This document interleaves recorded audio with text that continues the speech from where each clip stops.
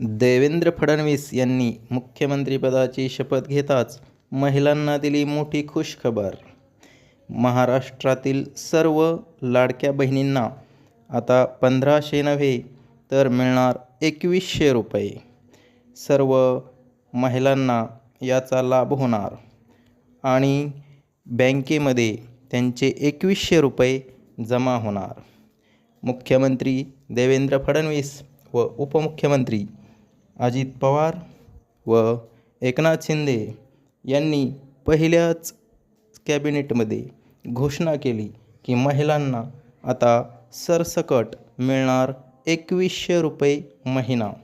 महाराष्ट्रातील सर्व लाडक्या बहिणींना याचा लाभ होणार आणि कोणकोणत्या बँकांमध्ये हे पैसे जमा होणार तेही यादी दिली आहे. महाराष्ट्रातील सर्व महिलांना याचा फायदा होणार.